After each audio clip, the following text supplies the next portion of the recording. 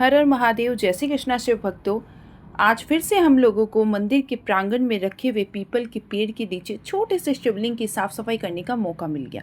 देखिए, मंदिर के प्रांगण के अंदर तो हर कोई साफ सफाई करना पसंद करता है, लेकिन जो पीपल के पेड़ के नीचे रखे हुए छोटे से जो शिवलिंग है, इस स्थान को कोई भी साफ सफाई करना ज़रूरी नहीं समझता और ना ही कोई यहाँ साफ सफाई करना चाहता है। सबको ना ऐसा एलर्जी टाइप का हो जाता है। लेकिन मैं और मेरी सहेलियाँ आज हम फिर से मिलकर मंदिर गए और हमने देखा कि वहाँ पे फिर से गंदा हो रखा है सब कुछ, तो हम फिर से वहाँ साफ़ सफाई करने में जुट गए। मंदिर के अंदर के प्रांगण में तो हम डेली ही साफ़ सफाई करते हैं, लेकिन यहाँ पर साफ़ सफाई करने का मौका हमें हफ्ते में 2 या 3 बार ही मिल पाता है। लेकिन जितना भी मिल पाता है हम खुशी खुशी इस चीज़ को करते हैं और हमें काफ़ी ज़्यादा मज़ा भी आता है। भोलेनाथ जी को जब हम सजाते हैं तो इतने ज़्यादा सुंदर लगते हैं, मतलब शब्दों में उनको बयां नहीं कर सकते। तो आज हम फिर से शिवलिंग की साफ़ सफाई करने के लिए इकट्ठा हो गए हैं। यहाँ पे हमने पहले बहुत ही अच्छे से जगह को साफ़ किया, जितनी भी एक्स्ट्रा पूजन सामग्री रखी हुई थी उन सबको हटाया और जितनी भी वहाँ पे तेल वगैरह जो भी लोगों ने गिराया था उन सबको भी अच्छे से साफ़ किया।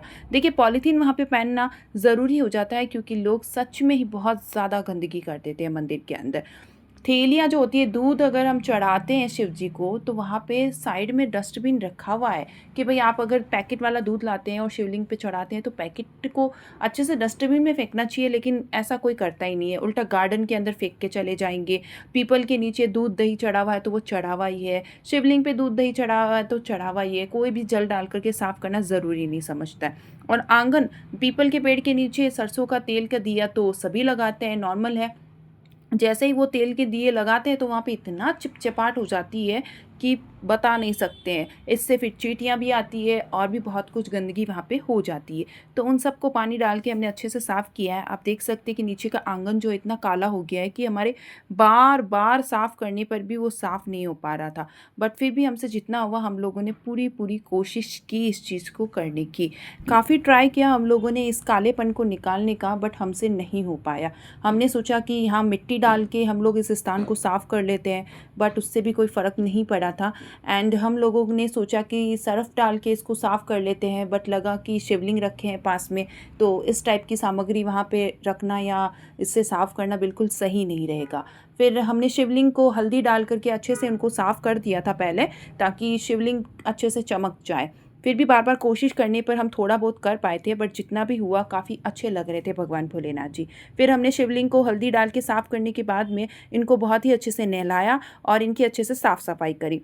साफ़ सफाई करने के बाद में जो पीछे रखे हुए छोटे छोटे से जो शिवलिंग थे वो भी काफ़ी गंदे हो गए थे, तो हमने उनको भी बहुत ही अच्छी तरीके से साफ़ किया। साफ़ करने के बाद में उनको वापस से व्यवस्थित रूप में हमने अच्छे से लगाया और लगाने के बाद में सब ने हाथ जोड़े और भगवान जी से क्षमा मांगी कि हे भोलेनाथ जी, हमसे कोई भूल चूक हो गई हो, आपको स्नान करवा के स्वच्छ करके आपका अच्छे से करने में, तो हमें क्षमा कर दीजिए। इसके बाद में हमारे पास में बेलपत्र नहीं थे, तो हम लोगों ने डिसाइड किया कि हमारे आसपास में गार्डन में जितने भी पत्तियां लगी हुई है, पेड़ पौधे हैं, उन सब की पत्तियों को तोड़ करके हम भोलेनाथ जी का श्रृंगार करेंगे।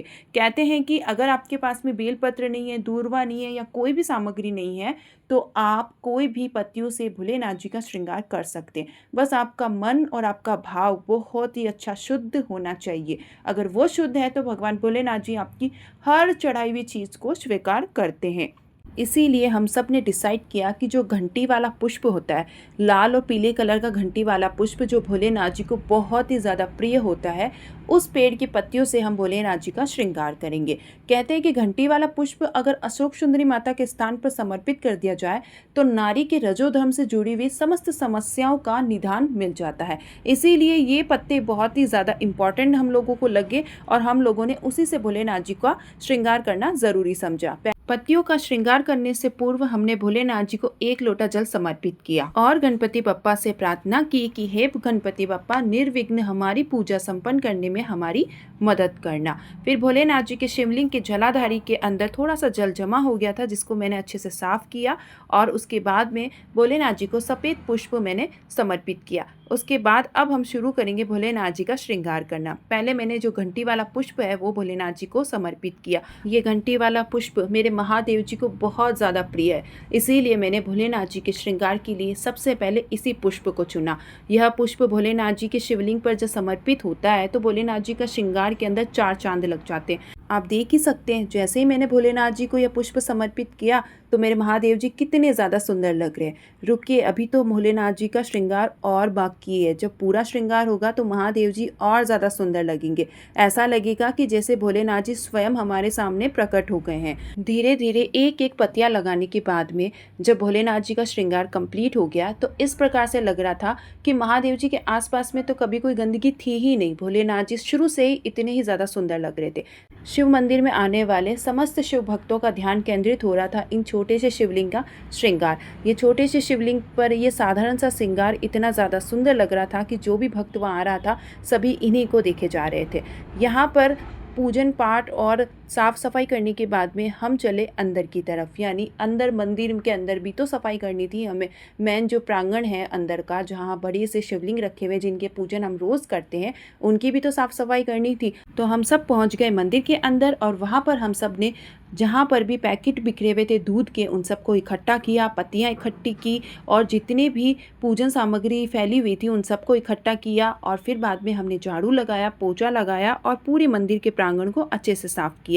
साफ़ करने के बाद में जितने भी चीज़ें बिखरी हुई थी, यानी कि जितने आसन थे जो गंदे हो गए थे, उनको झटक झटक के अच्छे से साफ़ सफाई करके वहाँ पे लगाया और जो गीले आसन हो गए थे उनको बाहर सूखने के लिए डाला। तो इस प्रकार से हमारे मंदिर की हो गई पूर्णतः साफ़ सफाई। देखिए हमारा मंदिर साफ़ सफाई होने के बाद कितना ज़्यादा सुंदर लग रहा है ना, बिल्कुल मंदिर मंदिर की तरह। यहाँ पे पूरी तरीके से हमने साफ़ सफाई करी और भोलेनाथ जी को फिर से फूलों से अच्छे से श्रृंगार किया इनका। तो मेरे प्यारे शिव भक्तों, अगर आपको हमारे द्वारा किया गया ये छोटा सा कार्य पसंद आता है तो हमारे वीडियो को ज़्यादा से ज़्यादा लाइक करिए, शेयर करें और प्यारे प्यारे कमेंट करना तो बिल्कुल भी मत भूलिएगा। आपके द्वारा किया गया ये छोटा सा लाइक, शेयर और कमेंट हमें मोटिवेट तो करेगा ही, साथ में हमें इस बात का भी प्रमाण मिलेगा कि आप हमारे इस कार्य को पसंद करते हैं।